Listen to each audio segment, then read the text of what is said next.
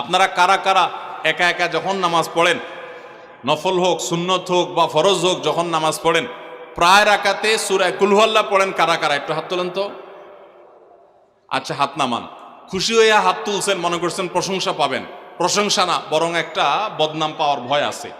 সূরা ইখলাস, এটাকে আমরা সাধারণত কুল হুয়াল্লাহ সূরা বলি, তাই না? ইখলাস মানেটা কি?